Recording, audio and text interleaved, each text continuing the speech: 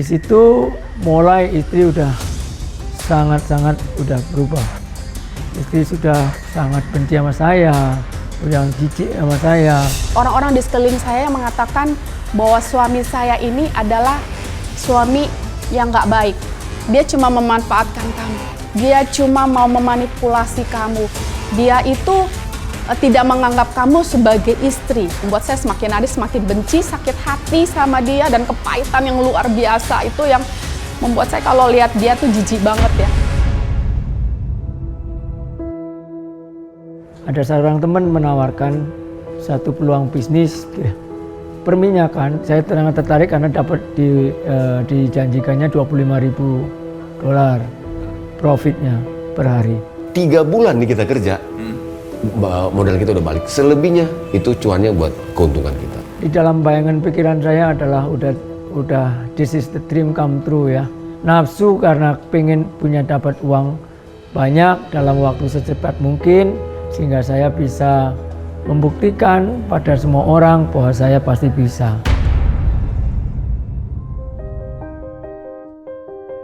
Ma, Papa ada rencana nih, Ma. Gimana kalau kita pinjam sertifikat rumahnya Mama? Soalnya gini, Ma. Papa tuh ada bisnis bagus, Ma. Menjanjikan. Beneran.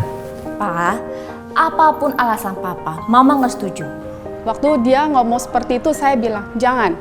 Karena itu adalah satu-satunya aset yang papi saya punya. Udah deh, nggak usah hidup yang aneh-aneh, kayak gini aja udah. Tapi istri saya bilang nggak boleh. Karena itu harta satu-satunya. Tapi saya pergi sendiri ke rumah mertua. Saya ngomong sendiri langsung ke mertua. Saya izin bilang 2-3 bulan gitu pakai. Makasih ya, Ma ya. Udah percayain aku buat pinjemin sertifikat ini ke bank. Ya, semoga bisnis kamu berjalan lancar. Saya merasa sangat yakin waktu itu bahwa pasti saya berhasil. Jadi peluangnya emang secara matematika itu sangat bagus. Tadi suami kamu datang ke rumah. Dia minjam sertifikat rumah, mau digadaikan ke bank. Itu saya sedih, tapi saya nggak bisa buat apa-apa. Jadi akhirnya saya mengikuti saja. Apa yang menjadi maunya suami saya mengikuti. Saya pinjam ke bank itu 5M. Saya pinjam ke bank itu 5M. Waktu itu keadaan keuangan perusahaan saya cukup lumayan bagus karena ada beberapa proyek yang ongoing ya. Halo, selamat sore dengan Bapak Samuel Subagio. Iya Pak, saya Putri nih Pak, ingin menginformasikan kalau misal pembayarannya sejujur tempo nih Pak. Iya, Bu. Ya, saya akan usahakan. Ya, soalnya lagi ada kendala gini, Bu. Tetapi setelah kami tunggu-tunggu setahun, kemudian ternyata itu fiktif. Siapa, Pak? Orang, Bang mah. Didapat akhirnya juga hancur, yang mau diraih juga ternyata itu nggak pernah dapat diraih. Jadi saya terbawa oleh serakan saya. Kata Papa bisnisnya maju, jalan. Terus tadi ditagih cicilan. Nyicil itu cuma 1 kali kepada bank atas bank kredit saya. Nah itu terus setelah itu saya nggak pernah nyicil lagi karena duit benar-benar tersedot ke situ. Setelah itu 2016 akhir perusahaan itu akhirnya benar-benar gulung tikar. Kami benar-benar tiarap. Alah, Koko udah banyak alasan. Koko janji dari awal 2-3 bulan Koko bakal ngembaliin itu sertifikat Mama. Koko udah lebih dari 3 bulan. Mana janji Koko sampai sekarang? Keluarga istri ini sudah mulai gelisah. Mulai gelisah karena takut rumahnya disita. Ya, saya pernah masuk penjara di Polsek Kelapa Gading ini 11 hari karena saya mukul adik ipar saya. Ivan, kita tahu kita salah, tapi bisa nggak dibicarakan baik-baik aja? Cici selalu ngebelain Koko. Cici nggak mikirin Mama. Mama udah berbulan-bulan tinggal di rumah Ivan. Koko enak-enakan aja yang ngejual sertifikat Mama tanpa ada tanggung jawab sampai sekarang. Saya terus bela suami saya, walaupun saya harus ribut dengan saudara kandung saya. Walaupun saya harus ribut dengan orang tua saya terus bela dia. Iya, Cici tahu, tapi kita bicarakan baik-baik. Gak bisa, Ci. Gak bisa dibicarakan baik-baik. Koko harus tanggung jawab. Kamu gak kasihan sama mama? Kamu gak kasihan sama mama? Ya pokoknya hubungan keluarga benar-benar rusak. Maafin adik kamu ya. Mama sudah berusaha. Ya, karena hanya itu satu-satunya harta papa. Kalian berusaha ya. Bagaimana mengembalikan sertifikatnya. Terus 2019 saya dapat tawaran dari temen robot trading. Investasi robot trading. Semakin banyak investasi, semakin banyak untungnya, bro. Gitu. Iya. Tuh, bro, tuh. Tuh grafiknya naik terus, bro. Relakan uang yang segitu-gitunya itu dibuat investasi semuanya. Yang bikin saya kaget itu orangnya ini nurut sekali sama suami saya. Saya nurut banget. Udah keceplos sekali, keceplos lagi yang kedua gitu loh. Itu karena saya selalu berusaha mencari jalan pintas untuk solusi masalah saya. Permisi Bu, selamat siang. Iya Pak, Saya siang. dari bank untuk mengantarkan surat ini. Surat apa ya Pak? Rumah Ibu akan kami sita. Ibu punya waktu cuma 1 minggu. Nah, sampai akhirnya Desember 2019 itu finally rumah itu disita.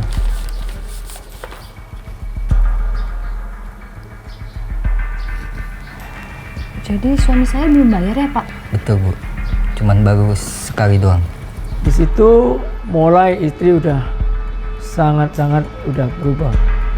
Istri sudah sangat benci sama saya, udah jijik sama saya.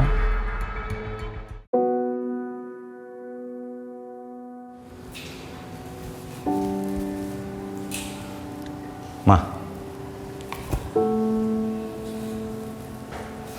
maafin Papa, Ma. Orang-orang di sekeliling saya yang mengatakan bahwa suami saya ini adalah suami yang gak baik.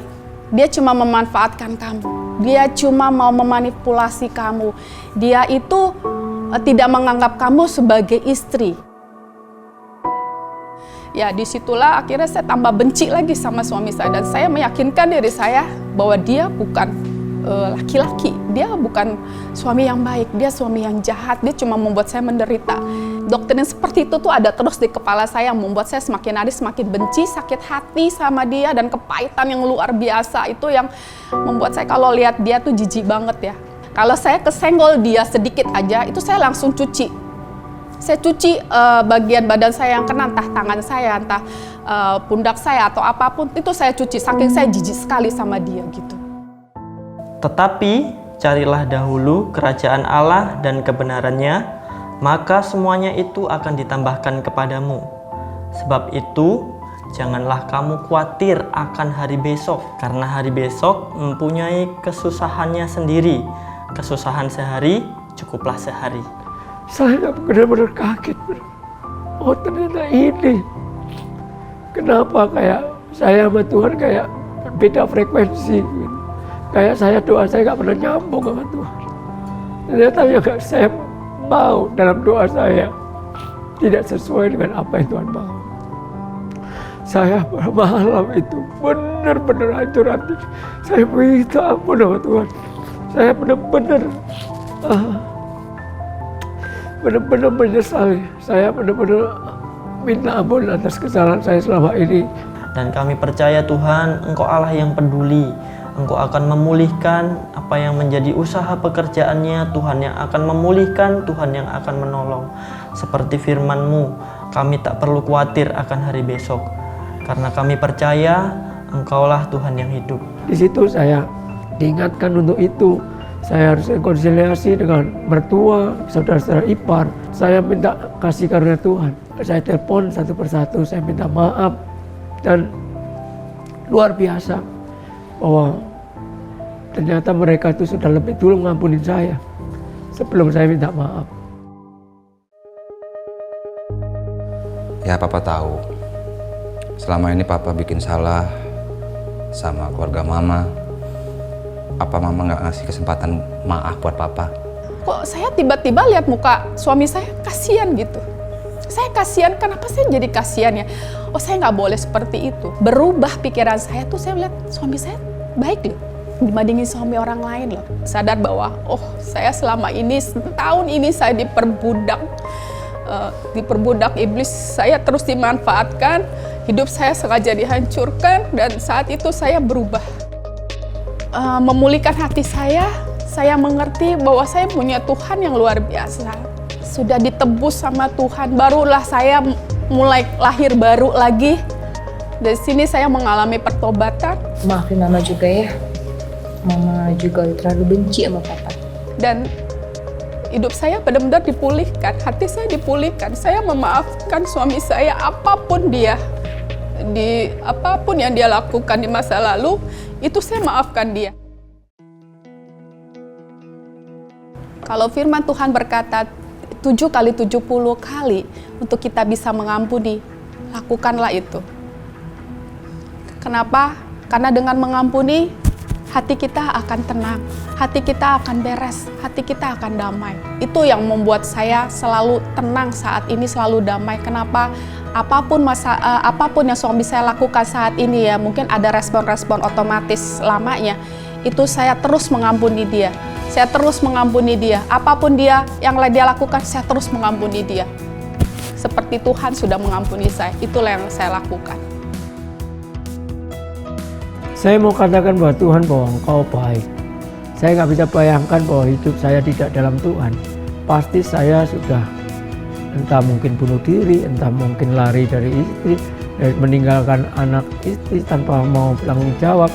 Pasti hidup saya semakin kelam begitu.